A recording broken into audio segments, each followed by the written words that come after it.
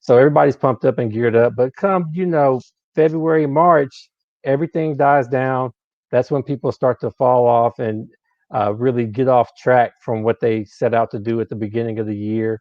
So I wanted to take some time and talk about what discourages people, what gets people off track from their goals, and let's see if we can have a conversation about it and hopefully avoid it.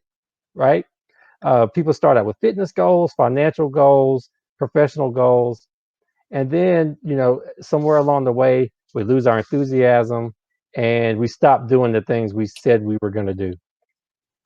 So let's take some time to talk about why that is and what exactly causes us to not follow through and end up falling short. By the end of the year, we fall short of where we wanted to be Mm-hmm. when we started. So the first thing that comes to mind is discouragement. Discouragement is, I call it the dis of discouragement, the first dis. And discouragement, it usually comes from either a mindset or something triggers you externally that causes you to no longer be encouraged or enthused about your goals. And the easy one that most people mention first off is naysayers. People have discouraged you. It can be friends. Often it's a family member who are the people who are closest to you that have the most influence over your optimism about your goals, right? So true. Yeah, it's so true. It's so sad, but it's so true. And so let's talk about why is it that the people close to us are the ones that we have the most trouble with when it comes to our goals? Is it because we value their opinion the most? And why are they often the ones that say things that get you discouraged from achieving your goals? So I always have a really challenging time talking about the naysayers that are in the family and the friends. But truth be told, 9 times out of 10, the naysayers are the friends and the family, right? They're going to be the ones that are going to shoot little comments that are underhanded and not always blatant. They won't always be, no, you shouldn't do that. It'll be comments like I'm going through right now, actually. So I am in the process of training for my very first fitness competition. It's something that I've wanted to do my whole life. Okay. And I am embarking on it. So I've had comments from friends and family members such as, that's a lot of work, Chantal. Or, you have to like eat really strict. Or why would you want to do that to your body?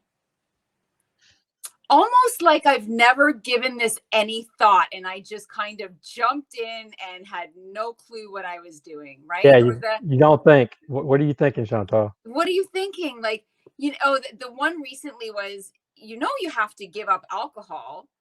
I was like, well, I don't really drink alcohol. So that's not really a big deal for me, is what I said. Um, but Jonathan, honestly, I feel lately like I've been Wonder Woman, just kind of like just blocking off all of the comments and you but you have to be really equipped with the tools to be able to block those and not be affected, because so many people, as soon as they hear something from their friends and their family, those are the people that are closest to them, so their chances are they're going to listen. And if they don't know that Yeah, where this is coming from, right? So we also have to like ask ourselves, where is this coming from? What is this person feeling and yeah, why do they feel the need to say this to me? yeah. And you know what it usually is, and well, and it's not in every case. Sometimes it comes from a good place Mm-hmm. because they do care about you, and maybe they're worried about you and concerned about you, especially if you're doing something that's not safe, something a little unconventional. Something that's against what they're accustomed to. Mm-hmm. Then, for example, entrepreneurship is one. You know, sometimes, people in your family, parents, people close to you, and they're not comfortable with the idea of you trying to own your own business. It seems risky, just go get a good job, you know, with benefits, right? A good job Yeah. with benefits.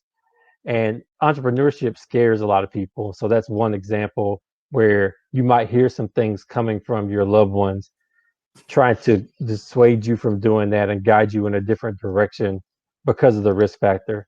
Hmm. It's not malicious. It's not because they don't care about you. They do care about you. They do love you. And that's why they're having the conversation. However, I don't think they're fully aware of the impact of their words and what they're saying. You know, at the end of the day, once you're an adult, your life is up to you. Yeah. So nothing great is ever achieved without some degree of risk. Mhm. So, so why not go for it? If it's something that you really want to do, something you're passionate about, you believe you have the ability to do it, why not go for it? Absolutely. I also want to kind of call out the elephant on the table. So there are people out there, friends and family, that are jealous of you, that don't want to see the best for you. It's kind of like, if I don't have it, I don't want her to have it. I don't want him to have it. I don't want them to have it. So Mm, you are, there definitely is, and you just need to know who your crabs are. You need to know who your crabs in the bucket are.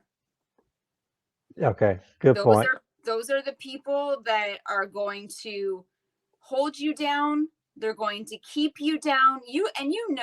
And Jonathan, like, who the crabs in the buckets are that are truly concerned for you, and the crabs in your bucket who have an ulterior motive for saying what they're saying to you. So what I say to my clients who are having an issue with that is, A, know who they are. Know who they are and limit your exposure. Just limit your exposure to them. Watch what you're telling them. Yeah, Maybe you don't want to tell them too much. Maybe you truth. don't want to take them through the whole journey. Maybe you want to just tell them a little bit. Or sometimes you have to remove them completely. Ouch. Ouch. That one hurts. It Even family? hurts. What's that? In family? Even family. If someone is taking so much energy from you that you are not going to fulfill your dreams, you really want them in your life, even if they're family? Oh, I might have to minimize time with my mom. That's my mom. Oh, mom, I don't think I can cut mom off. I might have to just cut back on mom. I can't Yeah, cut mom off. you can cut back on mama. Yeah, But you get the point. There are some people that you may have to. yeah, you're right. There are some people that you might have to cut off and move on. What they say, reason, season, lifetime. Mhm. Not everybody's meant to be there for the whole ride. Yes. And I know several people who, because they've been friends with somebody for a long time, they feel obligated to maintain that relationship and connection, even though it might not even be a natural flow. It's just something they do. They hang on to the relationship because it's always been there, Yeah. and thinking that out of, I guess, loyalty, that they need to continue to be friends, even if they're not good for each other anymore. It's so true. People Actually, grow it's apart and grow in different directions sometimes, right? that it's I just got goosebumps. It's funny that you mentioned that because I actually just went through that, and because I've taken so many courses on conversations and having the uncomfortable conversations, it was easier for me than it was for her, but I had to have the conversation that our relationship has gone in two different directions, and we're no longer feeding each other, we're actually taking away from each other, and I'm not comfortable. Like, our conversations aren't organic anymore. So I'm okay if you're okay, that we just call it what it is, and if we connect future down the line, then that's great. If not, then we just wish each other luck and support each other from afar. Man, that's tough. How did she receive it? It was so beautiful. She received it better than I ever thought that she would. But when you're honest like that, it's tough. It kept me awake for quite a few nights, but I knew that it had to happen.